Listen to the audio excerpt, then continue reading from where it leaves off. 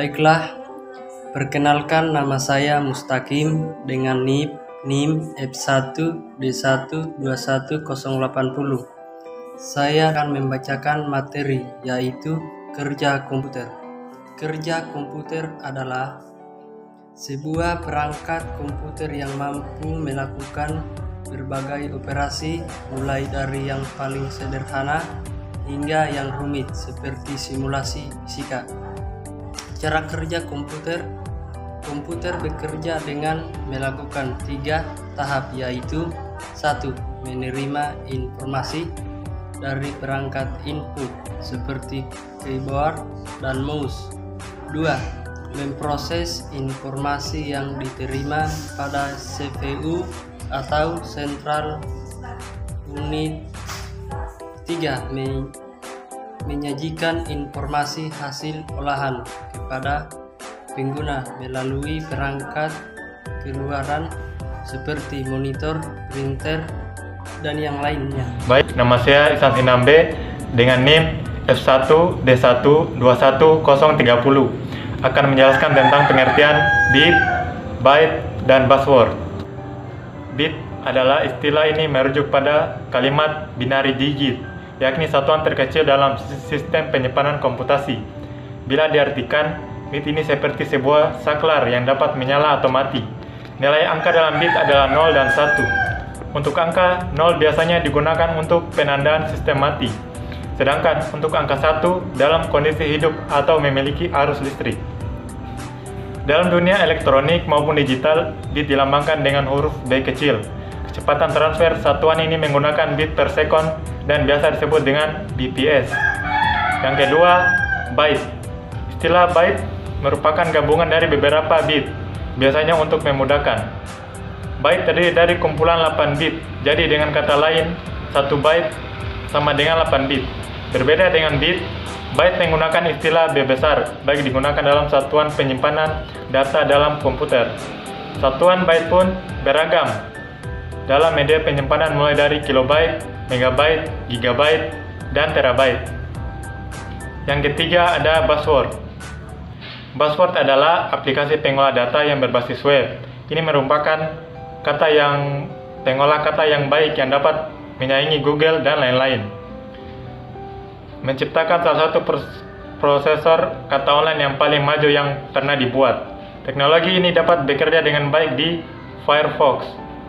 Yang mengesankan bahwa teknologi ini memiliki anatan muka yang luar biasa dan berjalan super cepat.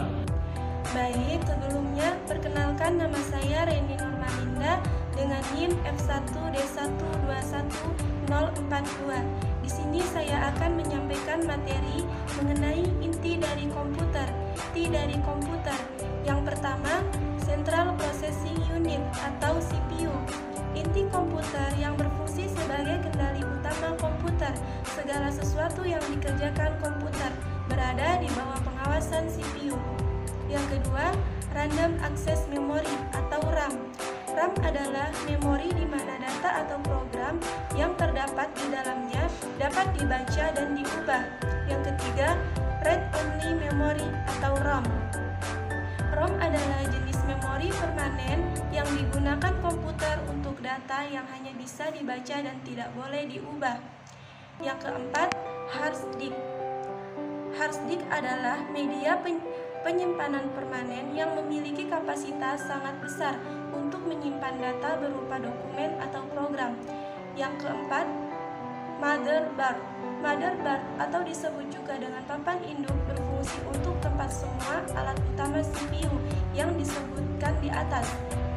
Yang kelima, power supply. Power supply unit atau PCU atau adaptor adalah media kebutuhan listrik yang digunakan oleh komputer. Saya atas nama Dewi Maharani dengan NIM F1D1211004 akan membawakan materi tentang memori komputer. Pengertian memori komputer. Memori merupakan bagian dari komputer yang berfungsi sebagai tempat penyimpanan informasi yang harus diatur dan dijaga sebaik-baiknya. Memori biasanya disebut juga dengan istilah computer storage.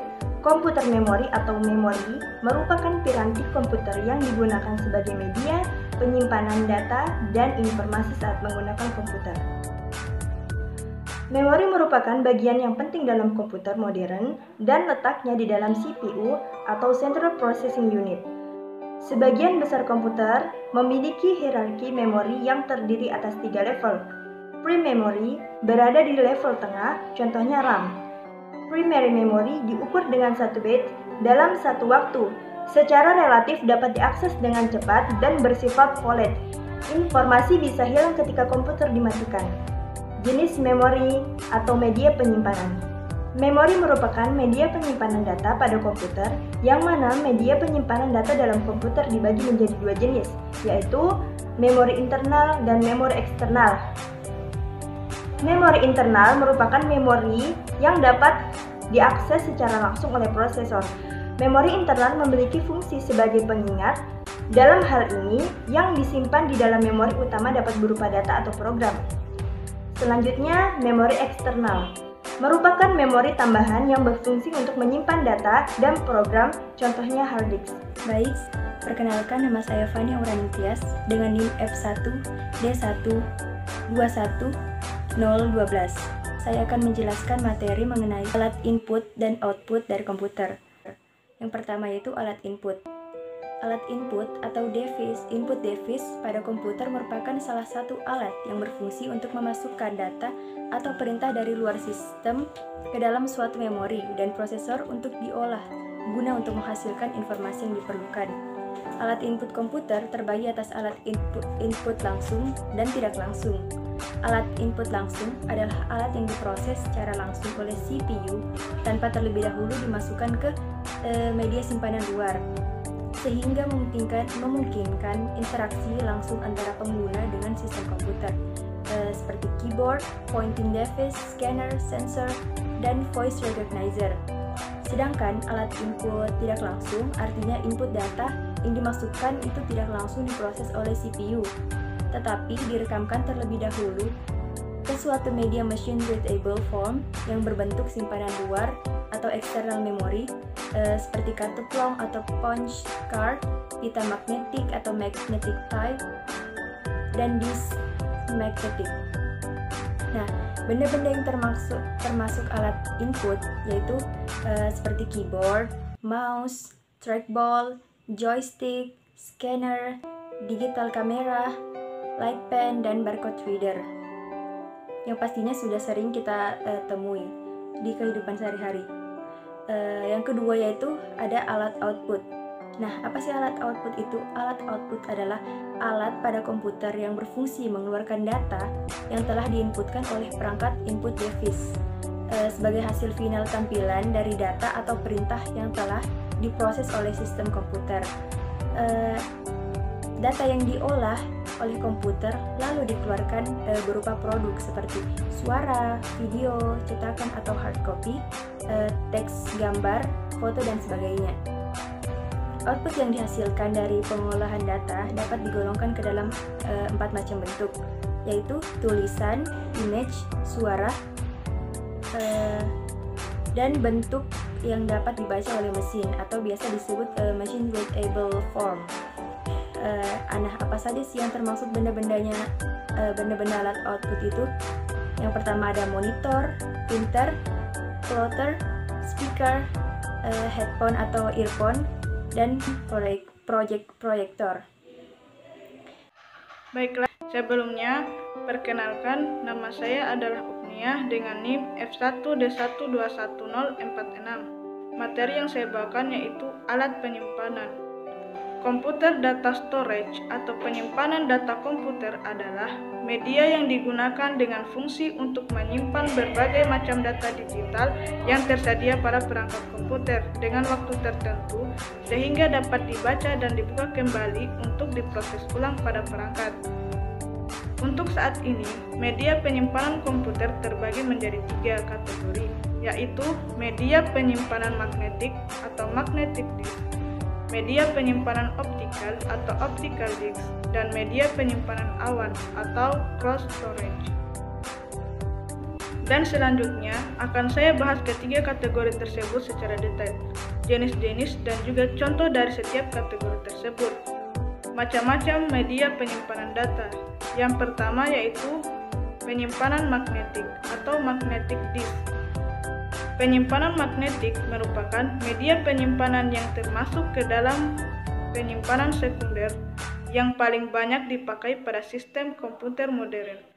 Macam-macam media dari magnetic disk. Yang pertama yaitu ada disket atau floppy disk, hard disk, flash disk, memory card, dan deep drive.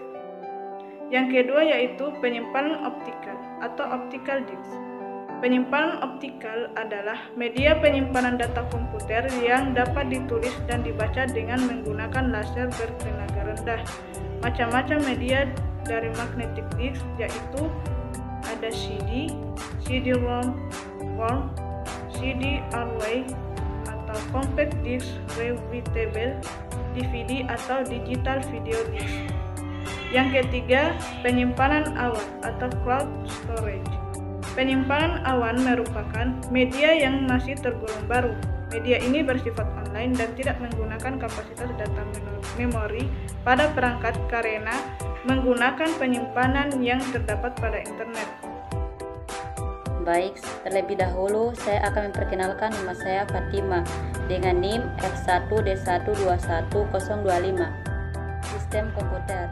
Sistem komputer adalah kumpulan perangkat-perangkat komputer yang saling berhubungan dan berinteraksi satu sama lain untuk melakukan proses pengolahan data, sehingga dapat menghasilkan informasi yang diharapkan oleh penggunanya.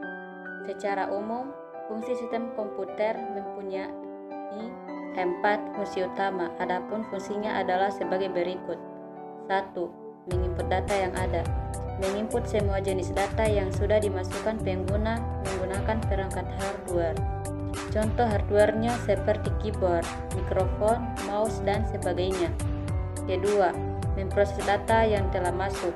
Data yang sudah diinput pengguna berbentuk bahan mentah.